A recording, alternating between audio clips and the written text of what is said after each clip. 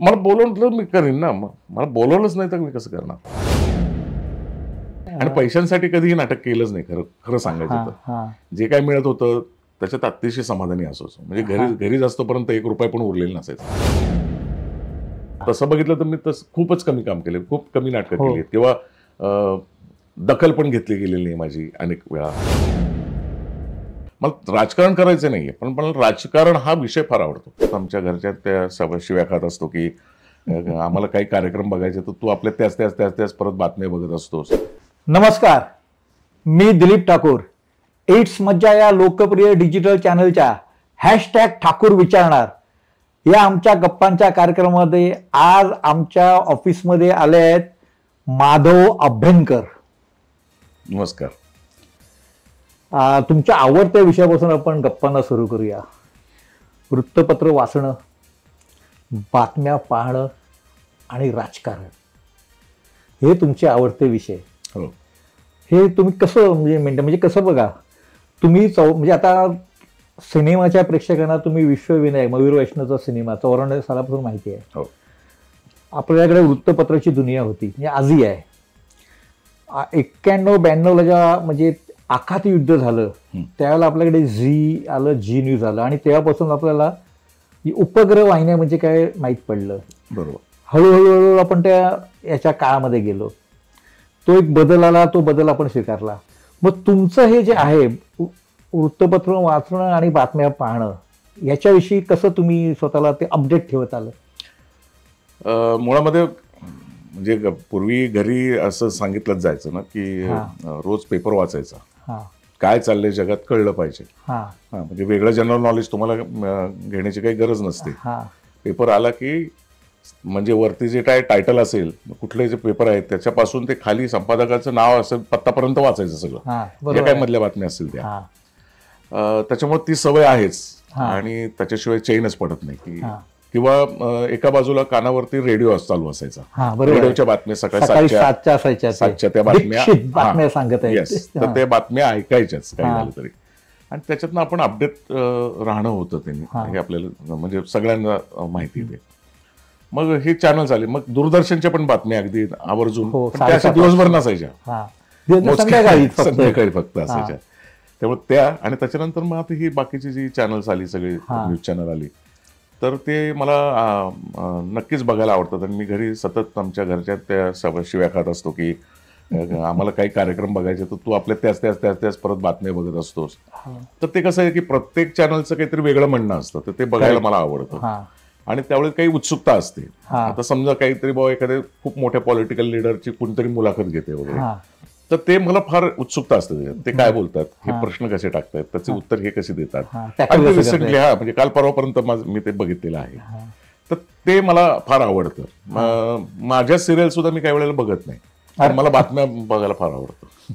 अच्छा, हे तुम्ही मग तुम्हाला त्याचं नॉलेजसाठी कसा उपयोग होतो? मी ते म्हणलं ना की जनरल नॉलेज आपल्याला सगळं वेगळे काही पुस्तके किंवा हे वाचायची गरजच नसते आपल्याला. आपण डोळे कान उघडे ठेवले तर आपल्याला जगातल्या अनेक गोष्टी कळतात. म्हणजे नुसत्या पॉलिटिकल बातम्या नाही, इतर काही बातम्या असतात. आता पावसा पाण्याच्या खूप बातम्या आहेत, रस्ते खड्डे पडले, त्याच्यातनं तुम्हाला कळू शकतं की आता कुठं काय झालंय, हैदोस कुठं झालाय, मग कोकणात काय स्थिती झालेली आहे किंवा मराठवाड्यामध्ये तिकडे काय झालंय.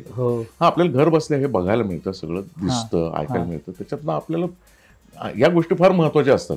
एकदा आता मी असंच सकाळी दुसऱ्या दिवशी पहाटे मला मुंबईला जायचं होतं आणि मी असंच संध्याकाळी बातम्या बघत बसलो होतो आणि बातमी फ्लॅश झाली की मुंबईकडे जाणारा रस्ता घाटामध्ये भरलाय पाण्याने. आलं लक्षात. आणि मला पहाटे मग काही करून मला शूटिंग होतं, मला मुंबईला यायचंच होतं. मग 4 वाजता निघणार नेहमीप्रमाणे. मग माझ्या पोलीस मित्रांना फोन लावला की म्हणलं असं असं आहे. रात्री 10-11 वाजता फोन लावला तर ते म्हणले की 10 मिनिटात तुम्हाला कळवतो काय सिच्युएशन, माहिती घेतो. आणि त्यांचा 15 मिनिटात फोन आला की नाही आता ते पाण्याचा निचरा झालेला आहे, तर तुम्ही सकाळी जाऊ शकता म्हणे, आता काही प्रॉब्लेम नाही. तर नाहीतर मी आपल्या वेड्यासारखा गेलो असतो आणि जर पाणी भरलं असतं ते तुम्ही अडकला असतो तो. त्याच्यापेक्षा ह्या गोष्टी अपडेट राहायला काय म्हणजे माहिती मुलाखती वगैरे मला खूप आवडतात ऐकायला. पहिल्यापासून मला मुलाखत या आमच्याकडे कोठावळे प्रकाशन म्हणून पुण्याला, तर त्यांच्याकडे खूप छान मुलाखतींचा कार्यक्रम असायचा. वेगवेगळ्या क्षेत्रातल्या लोकांना ते बोलायचे, फक्त नाटक सिनेमातले नाही, तर राजकारणातले असायचे, शेतकरी असतील, काही म्हणजे इंडस्ट्रियलिस्ट असतील. तर ते माणसं घडतात कशी, काय होतं ते मला फार आवडायचे. म्हणजे व्याख्यानमाला अटेंड करणं वगैरे. हो, ते आवडायचं खूप. शिवाजीराव भोसलेंचे वगैरे व्याख्यान मला फार आवडायचे. एका सुरात एका दमात ते सगळं बोलायचे आणि इतकी छान माहिती आपल्याला समजेल अशा भाषेत ते बोलायचे आणि बोली भाषेत असायचं त्यांचं. पण तुमचं पुणेकरांचं म्हणजे पुणेकरांचं असं वैशिष्ट्य म्हटलं जातं की वाद घालायचा. मग हो, म्हणतेच ना, म्हणजे शेवटी आपण अपडेट आपल्याकडे असेल तर आपण एखाद्या बातमीवरून कोणाशी वाद घालू शकतो. आपल्याला काही माहितीच नसेल तर आपण मुख गिळून बसणार ना. पण हिरिरीने वाद घालायचा. मग ते कसं बरोबर आहे, मग हे कसं चूक आहे, याच्यावर ते मग पुणेकर तर बेसतात. तुम्ही विजय किती वेळा व्हायचे की नेहमीच? नाही, सतत विजय असायच ना. आणि शक्यतो पुण्यातले पुणेकर एकमेकांशी फारसे भांडत नाहीत. बाहेरचं कोणी असेल त्याला चितपट करायला लोकांना जास्त त्याला आवडतं ते. म्हणजे मला पूर्वी मला पण पुणेकर समजायचे लोक, मी मीडियात आलो तेव्हा. आता तो वेगळा विषय. आणि मग राजकारण, मग आजच्या राजकारणामध्ये म्हणजे मध्यंतरी राज ठाकरे एका याच्यामध्ये म्हणालेले भाषणामध्ये की कोण कोणत्या पक्षात आहे तेच कळत नाही. तुम्हाला कळतं? नाही, आता जरा गोंधळ होतो थोडासा. मग पण आपल्याला थोडंसं थांबून विचार करून मग आपण त्याच्यावरती हे करावं की नाही आता हा नक्की हा इथला इकडचा दिसतोय, तो तिकडचा दिसतोय. पण तरी गोंधळ होतातच, कोण कुठला आहे काहीच कळत नाही ते. पण राजकारण हा माझा आवडता विषय. म्हणजे मला राजकारणात जा वगैरे असं अनेकदा लोक म्हणतात की तू एवढं त्याच्याबद्दल बोलतो, तू जा. मला राजकारण करायचं नाहीये, पण मला राजकारण हा विषय फार आवडतो. कदाचित याचं कारण असं असेल की माझे वडील रेव्हेन्यू रजिस्ट्रार होते आणि त्याच्यामुळे आमच्या सतत बदल्या व्हायच्या. माझा जन्म निफाडला झाला, तिथपासून काही महिन्यांसाठी फक्त पुण्यातल्या आमच्या वाड्यातमध्ये मी होतो. त्याच्यानंतर मी एकदम 20 वर्षाचं झाल्यानंतर वाड्यात परत आलो पुण्याला. तोपर्यंत आम्ही फिरतच होतो सगळीकडे.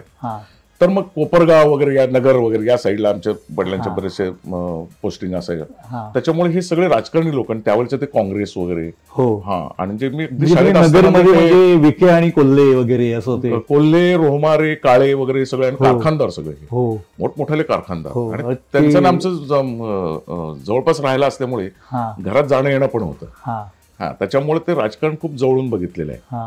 आणि तिकड त्यावेळेचं काँग्रेसचं राजकारण म्हणजे फार मोठं प्रकरण असायचं सगळं. आता हे तिन्ही नेते एक काँग्रेसमधलेच, पण 3 वेगळे गट.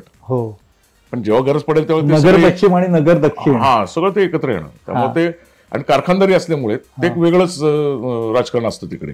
कारण शेवटी ते इलेक्शन्स असतात ना, कारखान्याचे इलेक्शन्स असतात वगैरे. त्यामुळे ते एक वेगळं प्रकरण असतं. आणि मोठमोठ्याले नेते तेव्हा प्रचाराला वगैरे यायचे. त्यामुळे मी अगदी जवळून अनेक लोकांना बघितलेलं आहे. त्या वयात काही कळत नव्हतं कोण आहे काय वगैरे, पण ते गायवासरू वगैरे असे ते चिन्ह असायचे. त्यामुळे मी त्याचा प्रचार वगैरे पण केलेला आहे. माईक घेऊन आपलं दिवसभर त्या जीप बरोबर हिंडायचं. काय कोण आहेत, काय करतात, काहीही कळत नव्हतं. शाळकरी मुलगा होता, पण ते काय त्याच्यामुळे ते कदाचित मला ते राजकारण हा प्रकार आवडत असावा. त्याच्यानंतर मी आमदार सौभाग्य नावाचं नाटक केलं होतं. ते सुद्धा हेच राजकारणावरच, प्युअर राजकारणावरचं नाटक होतं. त्यामुळे ते सुद्धा करताना खूप मजा आली. मग या गोष्टींचा फायदा होतो की ती राजकारण्यांची मुलं कशी वागतात, त्यांचं राहणीमान, त्यांची मानसिकता काय त्यांची, हे सगळं मला जवळून बघितल्यामुळे त्यातली जी भूमिका होती ती मला करायला अगदी सोपं झालं होतं खरं सांगायचं. म्हणजे हा तुम्हाला सगळा जो अनुभव आहे, म्हणजे तुम्ही अनुभवातून घडत गेले जात असलेले अभिनेते, असं एक प्रत्यक्ष लाईव्ह अनुभव. हो, अगदी. म्हणजे वेगळं शिक्षण घ्यायला पाहिजे अभिनयाचं वगैरे? नाही, तशी काही सोयच नव्हती त्या काळी. आणि दुसरं म्हणजे कसं, शाळा कॉलेजमधनं काही गॅदरिंग म्हणा, काही कुठले वेगळे कार्यक्रम असले तर नाटकं बसवणं वगैरे. आणि त्यावेळेला मास्तर लोक जे आहे ना, तेच तुमचे दिग्दर्शक असायचे, तेच तुम्हाला शिकवायचे. बरोबर. पुण्यात सुद्धा किती नुमवीतले अनेक शिक्षक हे उत्तम ड्रामा टीचर होते. ते मुलांना त्यांनी घडवलेलं आहे. आणि संस्था होत्या ना. बरोबर आहे. संस्थात जाऊन आपले सिनियर्स काय करतात त्यांच्याकडनं शिकणं वगैरे, वाचन असायचं तेव्हा. या गोष्टी शिकायला मिळायच्या. बोलणं कसं पाहिजे, उभं कसं राहिलं पाहिजे, आवाजाचा थ्रो कसा पाहिजे वगैरे. नंतर हे क्लासेस आत्ताचे 10 वर्षातलं ते आहे, फॅड म्हटलं पाहिजे आपण. पण त्या पूर्वी संस्थाच शिकवायचे तुम्हाला. आणि माणूस घडत जायचा त्याच्यात अगदी. आणि सगळं काम करता आलं पाहिजे. नुसतंच मी अभिनय करेन नाही, यावेळेला तू लाइटिंग कर किंवा लाईटवाल्याला मदत कर, हा हा ते म्युझिक वाजवायचं असेल तर ते शिक, कसं वाजवायचं, हा आणि किंवा त्याचे ते स्पीकर बिकर उचलून त्याला नेऊन दे वगैरे, सेटिंगला मदत करा. हा म्हणजे सर्वांगीण जो हे असायचं ना, सगळं नाटक म्हणजे नुसतं अभिनय नाही, नाही हा सगळ्याच बाबी कळायच्या तुम्हाला. हा बरोबर आहे. म्हणजे व्यवसायातलं सगळे रंग सगळे बंद, सगळं मेकअप तुमचा तुम्हाला करता आला पाहिजे वगैरे, हे सगळ्या गोष्टी आपोआप संस्थातनं व्हायच्या, ह्या शिकवलं जायचं. बरोबर. हा हौशी संस्था ना या सगळ्या. येस बरोबर आहे. पण तुमच्या करिअरवर जर आपण बघितलं तर तुम्ही म्हणजे एक गोष्ट म्हणजे लक्षात आली की तुम्ही सिनियर सोबत पण रिलॅक्स असता. हो मधल्या पिढीवर तुम्ही जे काम केलं, आता बघा 30 वर्ष झाली तुम्हाला, आपण 94 पासून जर मोजलं तर हो त्यांच्याबरोबर पण तुम्ही तेवढा सहज अटॅच होता. आणि जे नौखे आले ते येतात त्यांना तुम्ही असं जाणू देत नाही की माझ्याकडे आज 20-25 वर्षाचा किंवा 30 वर्षाचा अनुभव आहे. हे काय स्किल आहे, मी याला स्किल म्हणतो. नाही, खरं म्हणजे काय की असं काही समजण्याची आपल्याला गरज नसते. आपण आपल्याबरोबर काम करणार प्रत्येक जो माणूस आहे, घटक आहे ना, तो आपल्याला फार महत्वाचा असतो. मग तो सिनियर आहे ज्युनियर नाही. जसं मी अनेक सिनियर लोकांबरोबर कामं केली तेव्हा त्यांनी मला सांभाळून घेतलेलं आहे, मला 4 गोष्टी सांगितलेल्या आहेत युक्तीच्या, नाही का. बरोबर आहे. तर तेच मी वागलं पाहिजे माझ्या बरोबर नवीन येणाऱ्या मुलांशी. आणि कोणी असं सांगून ठेवलंय का की फक्त तुम्हाला मोठ्यांकडनंच काही शिकायला मिळतं, असं काही नाही. एखाद्या तरुण मुलाकडनं सुद्धा तुम्हाला काही गोष्टी शिकायला मिळतात. बरोबर आहे, नक्कीच शिकायला मिळतात. आणि जशी पिढी बदलते तसा तुमचा IQ त्यांचं हे सगळंच बदलतं. अलग लक्षात.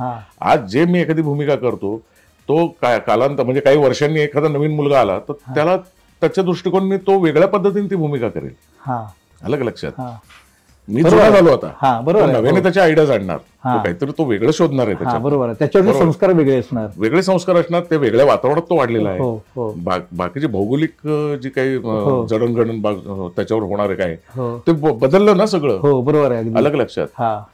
आमच्या काळात काय होतं की चोरून मारून नाटक करायचो आम्ही. हो, कारण अभ्यास करा, नोकऱ्याला लागा, अमुक करा तमुक करा. आता नोकरी विक्री लागल्यानंतर कधी कोण करणार अभिनय, कधी शिकणार आपण? नक्की नक्की बरोबर आहे. हो की नाही, अगदी बरोबर. ज्याचा ओढा तिकडे आहे तिकडे तो जातोच आपोआप. हो, एखादा खेळाडू आहे त्याचा ओढा तिकडे असेल तर तो त्याला जाऊ द्या ना तिकडे. अगदीच प्रत्येकाने ग्रॅज्युएट होऊन अगदी डॉक्टर आणि इंजिनियर व्हायला कशाला पाहिजे? बरोबर आहे. असं आमची मतं असायची, त्याला ते पटायचं नाही, त्यावेळेला नाहीच पटायचं. ते अभ्यास करायचा, व्यवस्थित ग्रॅज्युएट व्हा, नोकऱ्याला लागा, आणि मग काय तुम्हाला पाहिजे तुमच्या पायावर उभे राहून तुम्ही काय ते करा. आमच्या घरातलं खाऊन करायचं नाही, असले सगळे लोक होते. बरोबर आहे, होती. म्हणजे त्यांचा उद्देश वाईट असेल असं नाही, अजिबात नाही. पण ते सुरक्षित तुम्ही सेटल व्हा आणि तुम्हाला पाहिजे करा. म्हणजे तुमची पुढची आबाळ होऊ नये काही, हा त्यामध्ये दृष्टिकोन. पण त्यावेळेस कुठे कळतं हे? त्यावेळेस असं वाटतं की आपले हे दुश्मन आहेत, आपल्याला पाहिजे तर करू देत नाहीत. पण त्याच्यात एक असं गोष्ट होती ना की पूर्वी पैसा जरी कुठे होता आपल्या व्यवसायामध्ये? अजिबात नव्हता. पण तिथं त्यावेळेला पैसा आणि ह्याचा प्रश्नच येत नव्हता. काही व्यावसायिक नाटक मी खूप उशिरा केलं. मला 30 रुपये नाईट होती. मी पहिलं व्यावसायिक नाटक केलं ते शरद तळवळकरांबरोबर केलं. अच्छा, कोणतं? अप्पाजींचे सेक्रेटरी? नाही, शहाणेवाडा पुणे म्हणून एक नाटक. हो, येस. म्हणजे पेडगावच्या शहाणीवरून केलेलं, आणि दामोदरने ते बसवले होते. त्याच्यात माझी जावयाची अगदी म्हणजे नगण्य भूमिका होती, अगदी छोटी भूमिका होती. पण ते माझं पहिलं व्यावसायिक नाटक. त्याचे 30 रुपये एका प्रयोगाचे मिळायचे? 30 रुपये मिळायचे. आणि महिन्याला किती प्रयोग व्हायचे? 5-7. अच्छा, महिन्याला 5-7 प्रयोग. 30 रुपयापेक्षा कामाचा आनंद जास्त, तो आनंद जास्त ना. त्या पैशांचं काही कौतुक नव्हतं तेव्हा. कारण घरनं कधीतरी पॉकेट मनी वगैरे 10 रुपये 15 रुपये वगैरे तर मिळत असेल. आणि त्यावेळेस गरजाही नव्हत्या, काहीच गरजा नव्हत्या. पण त्यावेळेस ते 30 रुपये खूप वाटायचे. हो, नक्की. 30 रुपये नक्की मोठे. त्याच्यानंतर 2-3 व्यावसायिक नाटके. मग हळूहळू म्हणजे मला आठवतंय, मी जेव्हा आमदार सौभाग्यवती करायला लागलो तेव्हा मला 150 रुपये नाईट होते. पाचपट झाली, पण त्यामध्ये काळी गेला, अनुभव आला ना. त्याच्यानंतर मी घाशीराम करायला लागलो. तर माझे एका प्रयोगाला माझ्या पाकिटात आमदारच्या 250 रुपये होते. तर मी म्हटलं, अरे काहीतरी मॅनेजरने चुकून माझे जास्त 100 रुपये टाकले. तर तो प्रशांत सुभेदार होता त्याच्यात. अच्छा, तर त्यांनी ते प्रोडक्शन केलं होतं. तो म्हणला, नाही म्हणे, तू आता घाशीराम मधला नाना करतोस म्हणून तुला 150 रुपये देणं योग्य वाटत नाही, म्हणून तुला 250 रुपये पाकिट भरले तुझं आता. त्याला म्हणलं, अरे वेड्यांनो, म्हटलं मला तिथे 150 रुपये मिळतात. म्हणले नाही, आमच्या दृष्टीने नाना करतोस त्यातला, आणि एवढं ते महत्वाचं हिस्टॉरिकल ते नाटक हे आहे, तर तो दबदबा आहे तुझा आता वगैरे. तर म्हटलं असं काही नसतं म्हटलं. आणि पैशांसाठी कधीही नाटक केलंच नाही, खरं खरं सांगायचं तर. जे काय मिळत होतं त्याच्यात अतिशय समाधानी असायचं. म्हणजे घरी जास्तोपर्यंत 1 रुपया पण उरलेला नसायचा. खा प्या मजा करा, दौरे असायचे, कुठं काही दिसलं की खायचं, काय वस्तू घ्यायची घ्या, असं काहीतरी चालूच असायचं. तसं काही अवलंबून राहण्यासारखं माझ्यावर कोणीही नव्हतं, त्याच्यामुळे तोही प्रश्न नव्हता. पण मग सिनेमात आल्यानंतर तुमचं पैशाचं गणित? सिनेमात सुद्धा कुठे काय पैसे होते तेव्हा, काही नाही. पहिलं मानधन किती होतं विश्वविनायक? नाही, विश्वविनायकच्या आधी मी ना गंध मातीला आला म्हणून शरद घागांचं एक पिक्चर केलं होतं, पठ्ठे बापरांवरचं. आणि तिथे जो स्टील फोटोग्राफर होता त्याचा भाऊ म्हणजे मयूर वैष्णव. तर त्यांनी मला एका इन्स्पेक्टरच्या रोलसाठी बोलवलं. तर त्यावेळी मला फक्त 1 रुपया मानधन मिळालं. सिनेमातलं पहिलं मानधन 1 रुपया? कारण मी तेव्हा त्याला अट घातली होती. मी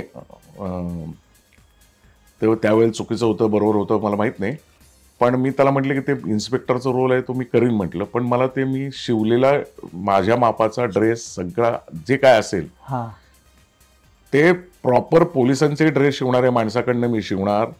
त्याच्यानंतर त्याच्या ज्या सगळ्या बाकी ऍक्सेसरीज असतात त्या जाऊन मी कॅम्पात एक दुकान आहे तिथं तुम्ही घेऊन येणार. माझे पायाचे शूज बीज अगदी म्हणजे फिट वाटलो पाहिजे. कुठले तरी भाड्याचे आणायचे आणि बेंगलोर दिसतो हे मी मराठी सिनेमात खूपदा बघितलं. म्हटलं तसं मला चालणार नाही, भले मला तू 1 रुपया मानधन दिलं तरी चालेल, पण या वस्तूंचे जे काय बिल होईल ते तू द्यायचं. आणि त्यावेळी त्यांनी ते तसंच केलं. म्हणजे त्यांनी सुद्धा अगदी शब्दाला जागला तो. म्हणजे त्यांनी 1 रुपये मला मानधन दिलं, 1 रुपया दिला, आणि बाकीचं त्याचे काय जे बिल होतं ते बिल त्यांनी दिलं.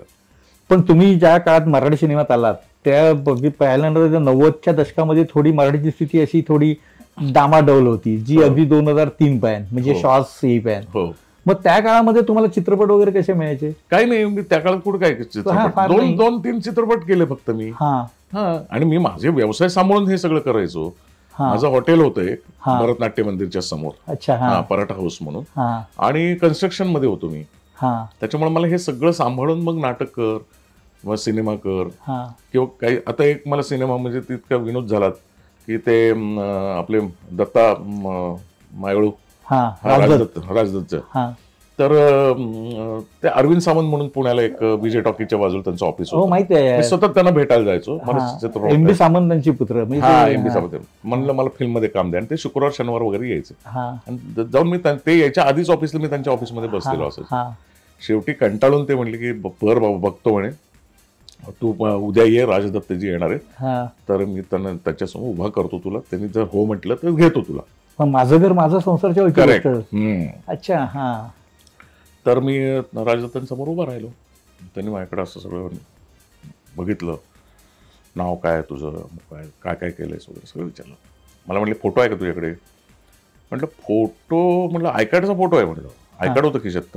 अरे असं नाही म्हणे जरा. तर त्यांना म्हटलं नाही माझ्याकडे तसले काही फोटो नाहीत म्हटलं. तर ते म्हणले की तू स्क्रीनला कसा दिसतो कसं कळणार? तर मग मी त्यांना म्हटलं की असं, अच्छा असं असतं का? तर म्हटलं समजा मी स्क्रीनला खूप छान दिसतोय आणि काम वाईट केलं तर चालणार आहे का? पुणेरी प्रश्न. मी अगदी थेट बोललो त्यांना, किंवा मी काम उत्तम करतो आणि दिसायला स्क्रीनला वाईट आहे तर तरी चालणार नाही का? तर म्हटलं आपण एक ह्याच्यात एक मार्ग काढूयात. म्हटलं मी तुम्हाला फिल्म इन्स्टिट्यूटला घेऊन जातो, मी तिथे रिक्विजिशन टाकतो, आणि मी असंख्य फिल्म्स, डिप्लोमा फिल्म्स तिथं केलेले आहेत. म्हटलं खूप खूप केलेत. म्हटलं वेगवेगळे रोल केलेत, अगदी माझ्या वयाच्या वरचे केलेले आहेत. हिरो केलाय, डबल रोल केलाय, फायटिंग केली आहे, त्याच्यात सॉंग्स केले, सगळं केलंय. म्हणजे भरपूर काम केलंय मी. तर ते तुम्हाला दाखवतो, 1-2 तास तुम्ही चला, म्हणजे तुम्हाला वेगवेगळे मी दाखवतो, मग त्याच्यातनं तुम्ही ठरवा.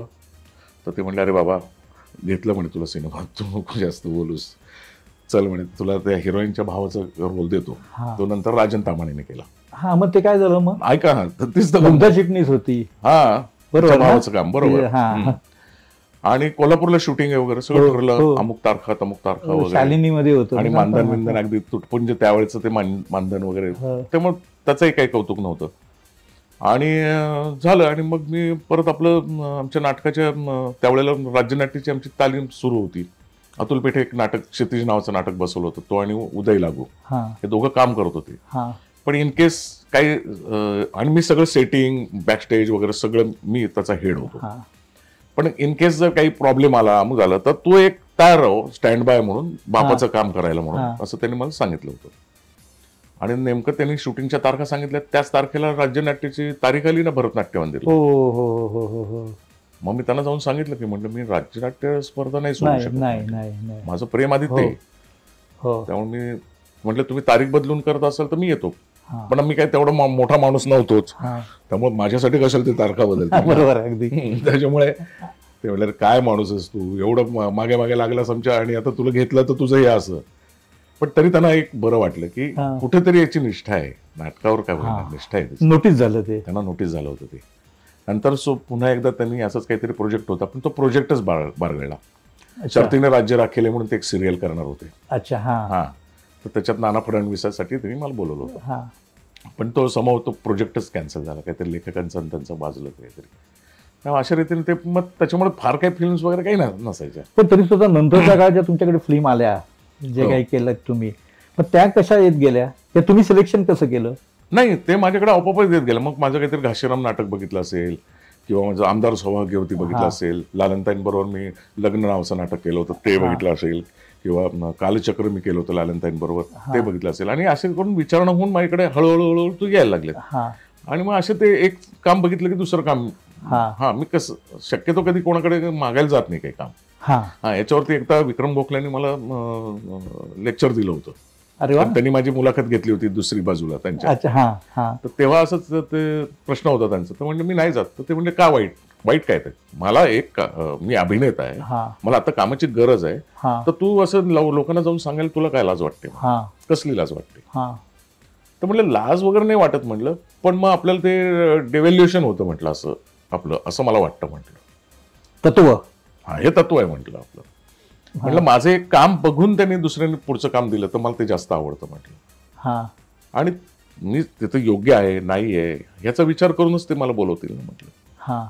तर तसं मला नाही म्हणत, असं नाही असं करू नकोस म्हणे, तू सांगत जा की मला आता कामाची गरज आहे, मला एखादी चांगली फिल्म हवी, मला चांगला रोल हवा आहे, असं निर्मात्यांना दिग्दर्शकांना तू सांगायला पाहिजेस. मी पण सांगतो, अनेक लोक सांगतात म्हणे, मोठमोठ्याला ऍक्टर पण सांगतात. तर मला समाव पडतं ते नाहीये असं नाहीये, म्हणजे मी अगदीच नाहीये, आता म्हणतो मी उलट काय रे चांगलं असेल तर सांगा मला काही. पण ते रोजचं पठडीतलं मला नाही आवडत काम करायला. तसं बघितलं तर मी खूपच कमी काम केले, खूप कमी नाटकं केली, किंवा दखल पण घेतली गेलेली नाही माझी अनेक वेळा, हे पण झालेलं आहे ना, असणारच ना. नंतर आता थोडस रात्रीच खेळ चालल्यानंतर ग्लोरी आल्यानंतर मग अनेक लोकांना मी एकदम दिसलो, आपण एक नाटक करूयात. आणि मुंबईतले अतिशय प्रतिष्ठित नाटकवाले मला लगेच अप्रोच वगैरे की आपण नवीन नाटक करूयात वगैरे. का तर तुम्ही आता मला कॅश करू बघताय, असं थोडक्यात झालं ना. त्याच्या आधी मी तसाच होतो, त्याच्या आधी मी काल रात्रीचा खेळ चालल्यानंतर मला एकदम अचानक काहीतरी साक्षात्कार झाला तुम्हाला की मी अभिनेताच झालोय वगैरे. मग त्याच्या आधी मी होतो अभिनेता. मग पण नाही ना आता. नाही, मग तुम्ही स्पष्ट सांगितलं नाही ना, म्हटलं आता माझ्याकडे वेळ नाही, आता माझ्याकडे वेळच नाही म्हटलं. कारण 1 महिना किमान तालीम केल्याशिवाय नाटकात उभं राहणार नाही, हे नक्की बरोबर आहे. अगदी आपलं 15 दिवस आठवडाभर तालीम करून प्रयोग करू, ही प्रोसेस मला नाही आवडत. माझ्यावर जे संस्कार आहेत ते आहेत की किमान 1 महिना आपल्याला समजून घेणं, ते पाठांतर होणं, हळूहळू ते हळूहळू मुरणं, ही इतकी मोठी प्रोसेस आहे ती. आणि त्याचीच तर गंमत आहे ना. प्रयोगापेक्षा मला रिहर्सल जास्त आवडतं.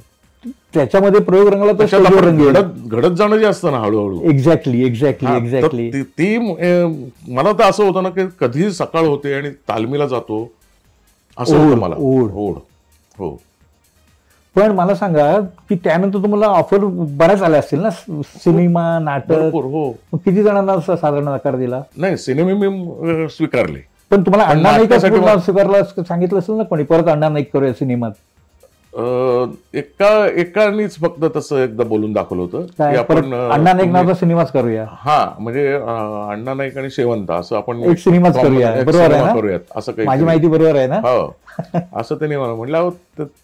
त्याच्यात ते परत करण्यात काय मजा आहे ना. नाही म्हणत ते तुमचं एकदम लोकांना अजूनही आवडेल, रादर तुमची सिरियल अजून ती चालू ठेवायला पाहिजे होती, तुम्ही ते ट्रॅक कशाला बंद केली, परत थर्ड कशाला आणला लगेच, सेकंडच चालू ठेवायला पाहिजे होता भाग, म्हणून आपण करूयात सिनेमा.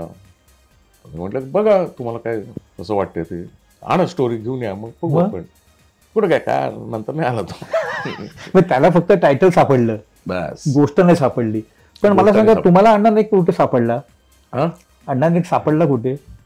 नाही तसं काही मी फारसा प्रयत्न नाही केलेला, म्हणजे पण एक साधारणतः त्याचं वर्णन ऐकल्यानंतर तो झटिंगण असेल हा किंवा मग माझ्याकडे एक 2 गोष्टी होत्या, त्या म्हणजे माझे डोळे हा आणि आवाज. हा या 2 गोष्टींचा वापर मी मॅक्सिमम करायचं ठरवलं होतं. हा त्याच्यामुळे ते, आणि ते लिखाणातनं चांगलं होतं ना तसं. पण तुम्ही टेक ऑफ पण घेत गेलात ना. म्हणजे माझं जे निरीक्षण आहे त्या मालिकेबद्दलचं, म्हणजे माझं निरीक्षण पर्सनल सांगतो की लेखकाने लिहिले त्याच्यावर तुम्ही डेव्हलप खूप केलं, भरपूर केलं. बरोबर आहे ना? मॅनरिझम्स आणले, हा चालणं बिळणं जे आहे ते ग्रेसफुल ते केलं. हा मग या बारीक सारीक गोष्टी तुम्हाला शेवटी प्रत्येक गोष्ट तुम्हाला काही लेखक किंवा दिग्दर्शक नाही सांगत नाही, हा तुम्हाला तुमचे इनपुट द्यावेच लागतात. हो हो हो मग ते आपण इमॅजिनेशन मधनं आणू शकतो की हा तालेवर माणूस आहे, चालेल कसा, त्याचा धोत्राचा सोगा. तर ग्रामीण भागात ते सोगा धरतात, हो ते टिपिकल असतं त्यांचं, किंवा ते कर्कर वाजण्यावर चपला बिपला असतात.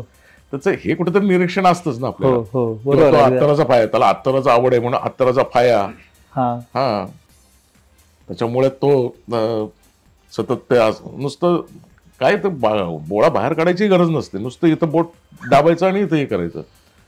तर ती सतत एक सवय असते त्यांना, अशा लोकांना. शौकीन असतात ना, अत्तराचे शौकीन असतात. हो, वेगळी स्टोरी आहे. मला तिथे शूटिंग बघायला आणि मला माझ्याबरोबर फोटो काढायला लोक यायची.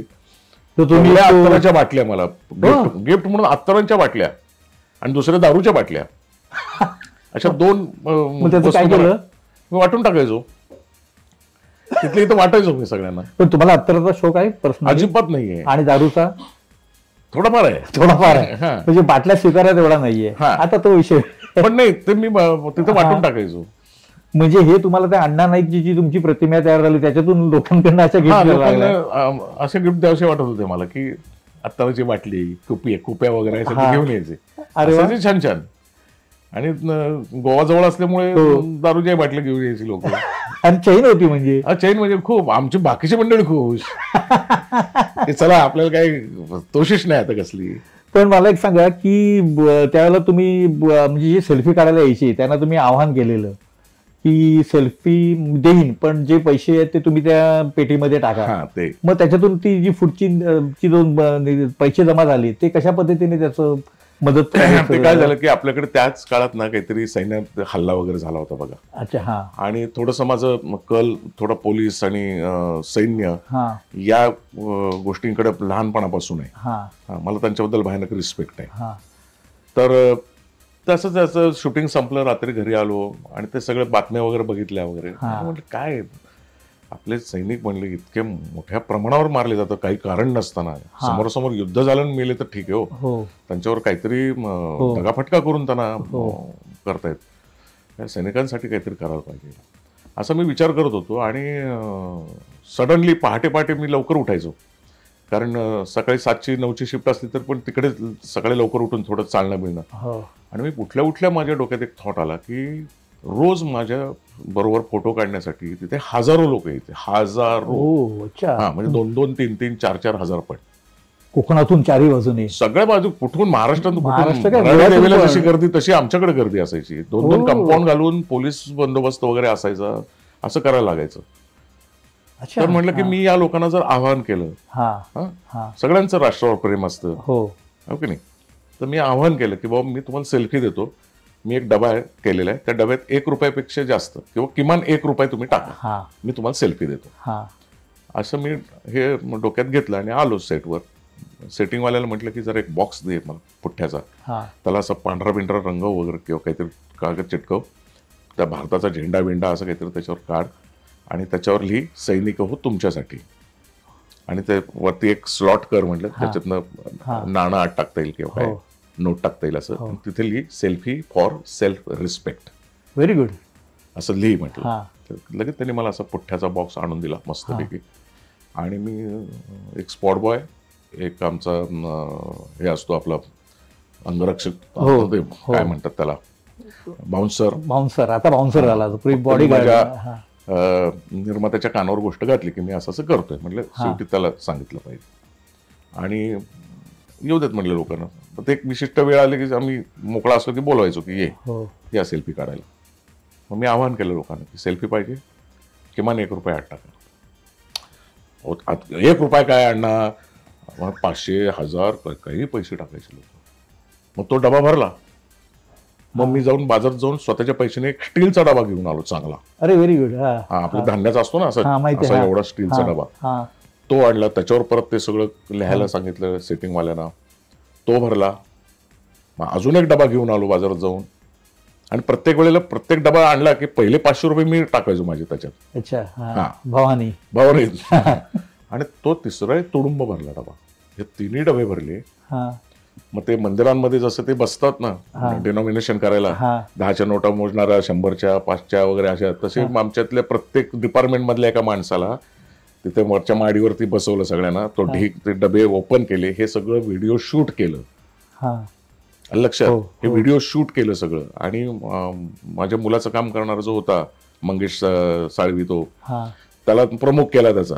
हा, ब्रांच मॅनेजर जसं असतो ना त्याच्यावर. हा, मग त्याने ते सगळं केलं. मग मी बाईट दिला की असं असे पैसे इतके गोळा झालेले आहेत, सगळ्यांसमोर आहेत. आणि ते मी 26 जानेवारी 2019ला आंबोली सैनिक स्कूलला दिले. हो, व्हेरी गुड.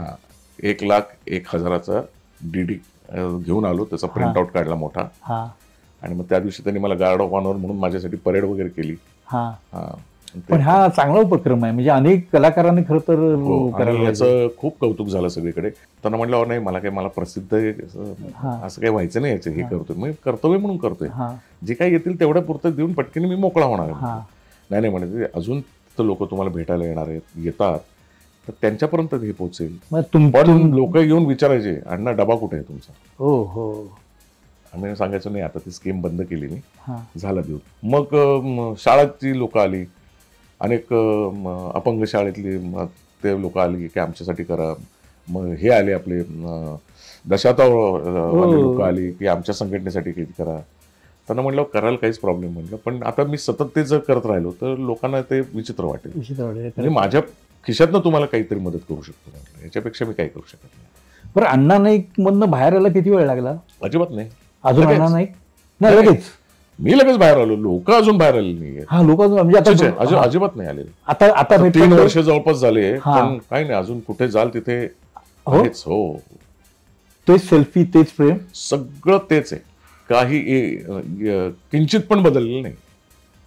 जबरदस्त इम्पॅक्ट अजूनही. हो, जबरदस्त इम्पॅक्ट अजूनही आहे.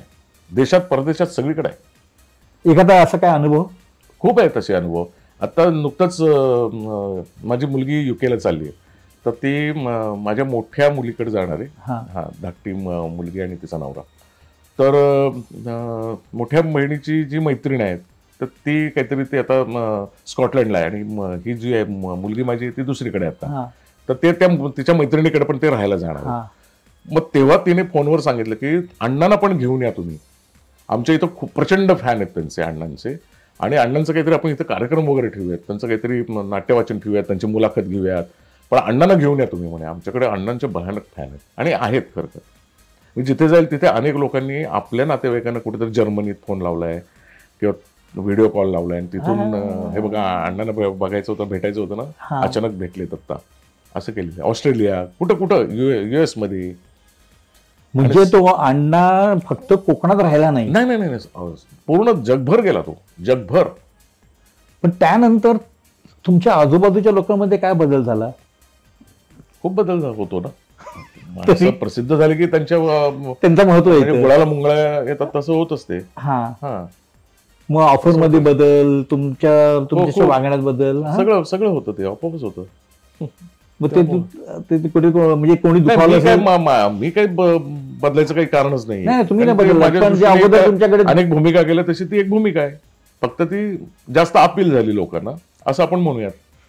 नाही म्हणजे लोकांमध्ये बदल झाला, म्हणजे आता तुमचा रोल वाढवा, कुठेतरी तुमचं मानधन वाढवा. ना, झालं ना सगळं. हो, झालं ना सगळं. म्हणजे ही भूमिका काय काय देते? होतं ना असं. पण चांगली भूमिका तुम्हाला आयुष्यात एकदाच मिळते, असे. पण चांगली भूमिकाचे तुम्ही आता प्रतीक्षात आहात ना, म्हणजे आता तुम्हाला अण्णा नाईकच्या पुढे जायचंय. हो, बरोबर की नाही? पण पूर्वी असंही झालं असेल ना की तुमचा रोल जास्त शूट झाला आणि मग कापला गेला वगैरे, असं झालं असेल ना अगोदर? नाही, अण्णा नाईकच्या अगोदर. सिनेमात नाही नाही नाही, असं कसं काय असं झालं शक्यतो नाही. झालं तसं नाही. माझं घाशीराम पण लोकांना आवडलेलं ना. त्यातला नाना सुद्धा माझा लोकांना खूप आवडलेला. हा. म्हणजे कंपॅरिझन मध्ये मला खूप लोकांनी उजवं पण ठरवलेलं होतं. हा अलग लक्षात, कारण स्वतः तेंडुलकरांशी बोलून वगैरे मी फार ते व्यवस्थित ते केलेलं होतं. आणि मुळात तेंडुलकरांना ते खूप आवडलं होतं. Very good. हो, त्यांनी एक पुण्यातल्या पत्रकारांना पत्र लिहून कळवलं होतं हा की माझ्या नाटकातला नाना मला माझ्या मनासारखं करतोय, याहून मला दुसरे काय हवे. अरे विजय तेंडुलकरांची ही तुम्हाला पावती. हे मिळणं, दाद आणि मिळणं, ते मला पावती ते मिळणं. पत्र आणून दाखवलं. ते पंडित मांडकेंना आलेलं होतं पत्र. अच्छा. पंडित हा. मांडके माहिती आहेत का हा, तुम्हाला? साधारण. पुण्याचे हा, पत्रकार. हा, माहिती आहे. हा. बुजुर्ग हो पत्रकार. हो हो हो. त्यांना ते पाठवलं होतं. पण तुम्ही मराठीतच का अडकून पडलात? हा, आता ते गंमत अशी आहे की मी आता खूप वर्षांनी, म्हणजे मागे एकदा छोटंसं काहीतरी केलं होतं हिंदीत, पण तर मी अटल नावाची एक सिरियल नुकतीच केली होती. म्हणजे एप्रिल मे जून 3 महिने हा. केली मी ती. हा आणि ते सुद्धा ते खूप मागे लागलेत. कारण त्याची ती प्रोडक्शनची जी मुलगी होती ती रात्रीच खेळ चाललेली आमच्याकडे, ती हे होती, शेड्युलर होती. हा. त्यामुळे तिने ते आणि त्यांच्यासाठी त्यांनी जवळपास त्या कॅरेक्टरसाठी 70 लोक बघितली होती.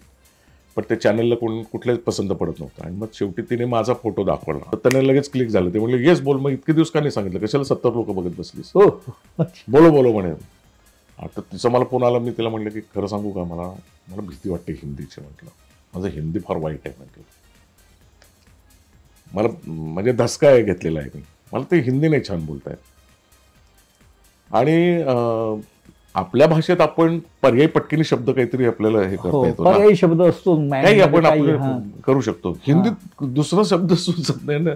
तिथं पाठांतर करण्याचे बोंब सगळे. बरं, मला ते इंग्लिशमध्ये लिहिलेलं हिंदी नाही बोलता येत. हा, रोमन. हा, रोमन मध्ये नाही. मला देवनागरीच पाहिजे. हा. मग मी ती एक अट घातली त्यांना हा. की मला देवनागरी स्क्रिप्ट पाहिजे. हा. आणि मला सांभाळून घ्यायला लागेल तुम्हाला, तर मी करतो. पण मी ते बऱ्यापैकी यशस्वीरित्या केलं. ते माझा कॉन्फिडन्स त्यांनी वाढला. हा. हां. आणि घरी माझ्या बायकोचा पण, म्हणजे ती एक दिवस माझ्याशी बोललीच नाही. तुम्ही करणार नसाल तर मी बोलतच नाही म्हणे. हो, तर ते हिंदीत करा ना म्हणे. काय तर मराठी चांगलं करायचं. लाडीक हा, ते लाडीक त्याच्यामुळे- तक्रार होती. त्याच्यामुळे मी ते हो म्हटलं शेवटी. पण ते कॅरेक्टर फार मोनोटनस व्हायला लागलं पुढे. विलनच होता तो पण एक, हा. सुदर्शन त्रिपाठी म्हणून. हा. गेटअप बिटअप एकदम गॉर्जस सगळं ते होतं अगदी. म्हणजे एमपी बिम्पीचे ते असतात ना, हम्म. ताऊ व्यू असे ते कसे, हा. तसं ते दिसणं वगैरे त्याच्यात. पण ते इतकं मोनोटोनस व्हायला लागलं ना की कंटाळा यायला लागला. मग तेच तेच रोज मी करतोय असं वाटलं. पण तुमची पर्सनॅलिटी बघता, आवाज आणि डोळे, तुम्हाला हिंदी तर काय साऊथच्या सिनेमासाठी सुद्धा ऑफर 2 साऊथ मी फिल्म केले. हा, मग डोळा नाही. एक म्हणजे कन्नड फिल्म केले 2. एक सरकार केल्सा, देवारा केल्सा. अच्छा. हा. म्हणजे आपल्याकडचं हे पिक्चर तुम्हाला आठवतंय का, जाऊ तिथे खाऊ. हो हो हा? हो. तर त्याचा तो रिमेक आहे. हा. त्याच्यात मी जज केला. अच्छा. हा. हा.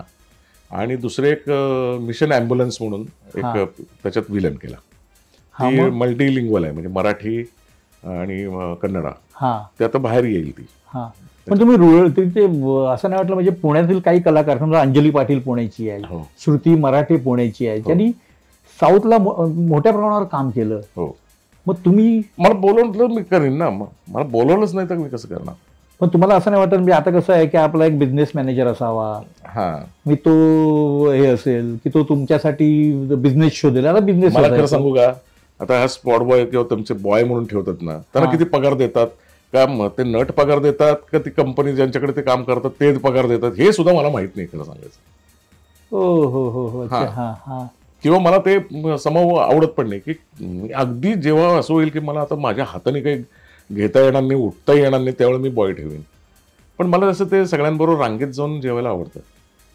त्यानिमित्ताने ते सगळ्या स्टाफशी माझ्या गप्पा होतात. हा, ही जुनी एरवी पद्धत तुम्ही खरी. कामात असेल ते पकडा, हा, तो चांगली आहे पद्धत ना. आणि हा.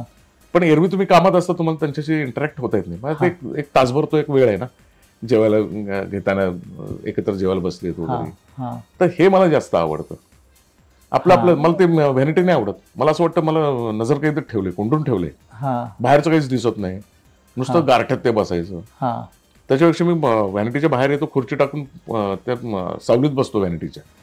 पण आता आपण मराठी कलाकारांचं हिंदीमधलं बघितलं बघा, सयाजी शिंदे, रवी काळे, सचिन खेडेकर, म्हणजे खूप मोठी लिस्ट आहे अगदी. हो. मग माझं अभ्यास का मला नाही? नाही आलं माझ्याकडे. मला जर बोललो तर मी नक्की जाणार, नक्की करेन मी. नक्की. आणि अजून वेगळ्या पद्धतीने काहीतरी मी करेन त्याच्यात तिकडे. पण कसं आहे, बोलवणं हा मुद्दा आहे, पण मार्केटिंग असतं ना स्वतःच. ते कसं कर, मला माहितच नाही काही हे, मला ऍब्सोल्युटली काही माहिती नाही, टू बी फ्रँक. तुम्हाला कोणी अप्रोच नाही झालं? नाही अजून तुमचं मी काम बघतो तुम्हाला, मी साऊथ नाही अजून तर नाही. आता मी एक परवाची जी फिल्म केली एक गुगल आई, तर त्याचे प्रोड्युसर आणि डायरेक्टर हे साऊथचे आहेत. हा, मग त्यांनी मराठी फिल्म केली. अच्छा. हा पण समोर त्यांना कोणी सांगितलं नाही किंवा त्यांना माहित नाही का, त्यांना माहिती आहे काय माहित नाही, पण त्या फिल्ममध्ये त्यांनी ते माझ्याशी असे एकदम कोणतरी असतो ना एखादा नट, तसेच ते माझ्याशी वागत होते. ओ अच्छा, त्यांना तुमचे महत्व नाहीये. हा नाही, त्यांना जे बाकीची कास्ट आहे त्यांच्यापेक्षा मी जास्त पॉप्युलर आहे, जास्त माझा प्रेक्षक वर्ग खूप मोठा आहे, हे त्यांना माहितच नाही किंवा त्यांना कोणी सांगितलं पण नसेल, कारण त्यांना माहितच नाही ना काही मराठीतलं. त्यांच्या फिल्म पुरतं हे केलं. पण नंतर आता शेवटी हे जेव्हा झाली, परवा रिलीज झाली 26 तारखेला, तर तेव्हा जे मी प्रीमियरला गेलो होतो, तर तिथे त्यांच्या थोडंसं असं लक्षात आलं. एक तर माझं ते याचं पोस्टर लागलेलं लाईफलाईनचं, आणि दुसरं म्हणजे तिथं जे पब्लिक सतत येऊन माझ्या बाईट्स घेत होते, माझे फोटो काढत होते, सेल्फी घेत होते, ह्याच्यावरून त्यांना लक्षात आलं की काहीतरी गडबड आहे, याला आपण यांना ओळखलं नाही, असं काहीतरी असं त्यांच्यात जाणवल्याचं कळलं मला. त्यांच्याच प्रोडक्शनच्या माणसाने सांगितलं की सर आपलं इतना हे मालूम नेता आहे. पण सध्या मार्केटिंगचा जमाना आहे, आता लोक काय करतात, काम एवढंसं करतात आणि बोंब एवढी करतात. बरोबर ना? मग त्याच्यापासून तुम्ही अलिप्त राहिला, ते कौतुकच आहे. अलिप्त म्हणजे मला माहितच नाही ते कसं करायचं काय वगैरे. म्हणजे मॅनेजर ठेवतात म्हणजे काय, आम्ही पूर्वी ऐकायचो की बिझनेस मॅनेजर असं मोहन जोशीने भूपी नावाचा कोणतरी आम्हाला फार त्याचं कौतुक वाटायचं. मध्ये होता तो भूपी, बिपाशा बसूचा आणि मोहन जोशींचा करायचा, ते आम्हाला फार कौतुक वाटायचं की आता मोहन जोशीचं भूपी नावाचा त्याचा मॅनेजर आहे, तो ठरवतो किती पैसे घ्यायचे, काय कुठल्या साईन करायचे. आम्हाला फार कौतुक वाटायचं त्याचं मोहनचं. तुम्हाला एक भूपी मिळण्याची गरज आहे. हा, असं कोणतरी पाहिजे की जो व्यवस्थित खपवेल मला. माझी खूप पैशांची अपेक्षा नसते. आणि म्हणजे मी मराठीत काम करताना सुद्धा एक विचार करतो की आपण निर्मात्याने उभं राहायला पाहिजे वगैरे, असं नुसतं म्हणायचं आणि वेळ आली की त्याच्याकडनं दाबून पैसे घ्यायचे किंवा दिल्याशिवाय मी कामच करत नाही असं म्हणायचं. हो, असे बरेचपेक्षा एक बेअर मिनिमम आपलं खूप कसे काय करायचे पैसे खूप कमी करायचं काय तसं. आणि एक वय असतं ना, 20-25 असं वाटणं साहजिक आहे. आता काय 60 नंतर काय करायचं, बाकीचं सगळं सेट आहे ना आपलं आयुष्यात. त्याच्यापेक्षा त्याला काहीतरी आपण मदत झाली आपल्याकडनं किंवा चल बघ तू काय 50 म्हण, 50 नाही देऊ शकत ना, 40 दे, 30 दे, काय तर दे. पण फुकट काम करणंही चुकीचंच आहे.